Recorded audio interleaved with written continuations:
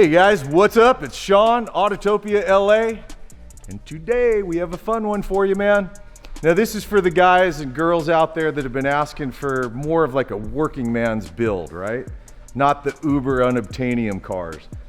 This is my friend Lawrence's 1987 Buick Regal. I'm not even gonna try to talk through any of the details right now because I know very little about this car. What I do know is it's wearing a 305 on the rear, which means this thing makes power.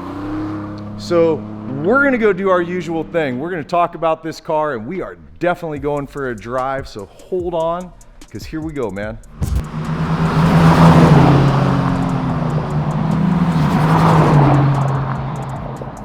All right, you guys, this is my buddy Lawrence who brought over his Buick Regal today. We're gonna get into the fun stuff now, then we're definitely gonna go for a drive.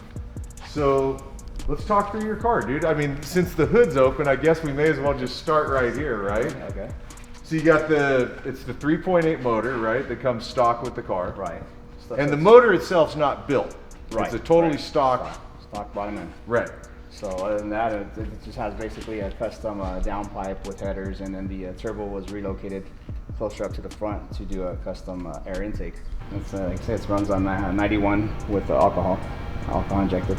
Oh, I didn't know you're running alcohol in here. Yeah. Really? Yeah. Is that methanol? Methanol. Got it. Yeah. Okay, cool. It's a 80-pound injectors with the upgraded ignition system, electronic ignition system, LS coil pack. Pretty much other than that, like it's pretty bigger stock. turbo than the Bigger turbo, didn't you right. say stock was what, 44, it was in the 40? 44 range, I think, but this is a 62 ball bearing. Right. So yeah, So gives it a little significantly more power, larger. right? Yep. We got a front mount intercooler. Normally on these cars, the stock intercooler set right in here. Got it. That's why the turbo was set back. Got it. This Okay. way. So really, it's funny because the way it was set up previously, you have a turbo car that has heat issues, I would guess. Correct. So you can't make the boost. So by moving everything forward, bigger intercooler. Yeah. It's really clean, dude. All the work's nice. I mean, the braided lines, your hoses are all, it's really, really clean work. So Willwood master cylinder. So I saw you have Willwood brakes on here. You have, what'd you say? Wasn't it 4-piston fronts and two rears? Right. Hydro boost. And you're running 21 pounds? of boost, right? Got it. It's doing, I think, about 465 to the wheels. At the wheels. To the wheels, right. Which is significant, you guys. Any of you that are going to gripe about a little under 500 at the wheels, right here. And then you also said the car, prior to you getting it, your friend that you bought it from had already done suspension work to the car. Yeah, the suspension work was done, and he also chose the rims, like I say, so that's, but like I said, I love the way the car looked. That's what made me buy it, you know, seeing the rim setup and stuff. But yeah, it has HR, sway bar, front, rear. I added the right side coilover suspension to the rear. We got SVC control arms up in front, adjustable, double adjustable shocks. Got it. Okay. So yeah, a lot of the suspension's been done already. Stiffened it up quite a bit. Yeah, I mean it's definitely stiffer the little bit that we drove it, and the thing I guess I missed it before. I was looking at other parts. The stance is so right on this car, the way you've got it sitting. Like it's not too low to where you go, okay, it's got to be airbagged. You know, it sits really nice. Yeah, like I say, that's the fun part. To getting under there with the wrench, and you know, you have to get in the right stance. And it's not, and you know, so yeah, it looks great. And I know you're putting power down. You got a 305 rear, and it's Mickey Thompson, which I know those things are sticky. Oh yeah. How you fit the 305 under there and the fat rear wheel is this car is tubbed.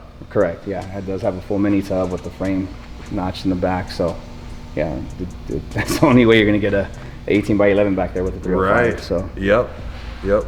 Check this out, you guys. The car's, it's a 1987 car. This is the original paint on here. This is 23-year-old paint at this point, and it looks good. Right, you know, sure, there's little blemishes that could detail out, but like, I only noticed on the trunk you got a little bit of a chip right there. Right, yeah. But I mean, it looks great. Looks really good for the year and car miles it has on it, you know. It looks killer. The other thing, you guys, just something for any of you that aren't like Grand National, Regal, GNX guys, is what I didn't know is that the Grand National is the trim package.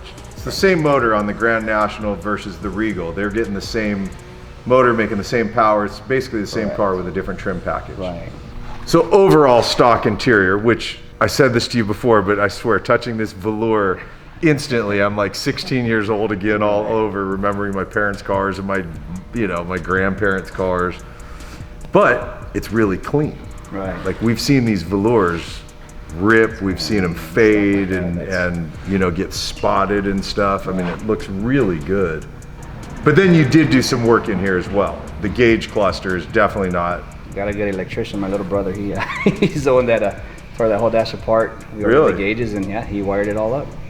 And what are the gauges again? NVU. And they're gauges. full custom for this Full car. Custom. Yeah, I had the outlining light up in blue to match the car. So when cool. they light up, they turn blue in there. You guys will see this big drag tack in here. The other thing I dig on here, it's so funny. Two-step to me, I'm sorry, I lived in Texas for a lot of years and it usually involves a girl, hopefully. But like the JDM version of two-step, right, is rev the car, pop, pop, pop, pop,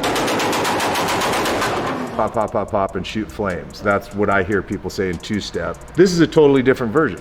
So on your foot brake here, there's that tiny little button. Put your left foot over that button, and that's basically like a line lock and creating a rev limiter. Like you've already programmed that, Right. Which I just did a couple pulls in, and it's awesome, you guys. Is literally you put your foot on the brake, you put your foot, I mean, just like a modern launch control. You put your foot on the brake, you put your gas pedal to the floor, holds it at 3 grand, let off, and bam, there you go, under boost, ready to go. Exactly.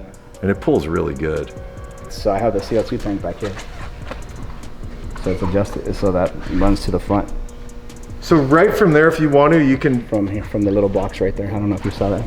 so from there you can dial your boost. Yeah, so just again, you're at 21 right now. You want to give it a shot, you just right there, click it, do a 25 pounds, 26, whatever, right from the inside of the car. It's on CO2 though, so that's more accurate. Well, overall, dude, really, really super clean car, definitely. What do you think, you guys? Should we go for a drive? Let's do it. Let's do it.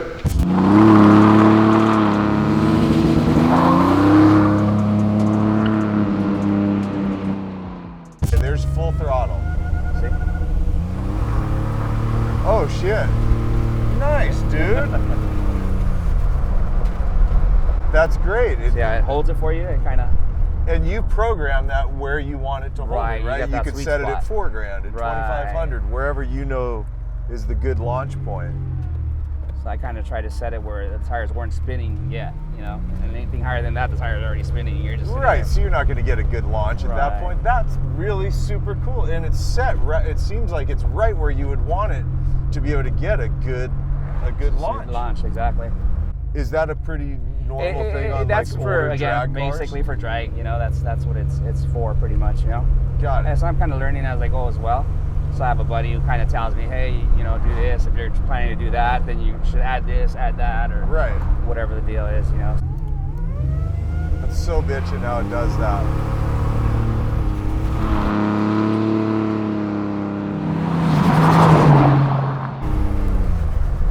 Dude, this car is really neat. Yeah, that's what, it's fun. It's fun.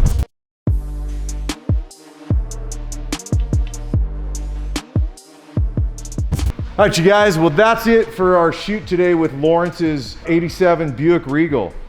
Just simply a cool car, in my opinion. I mean, everything about it, I think, is very right. I love the stance on it.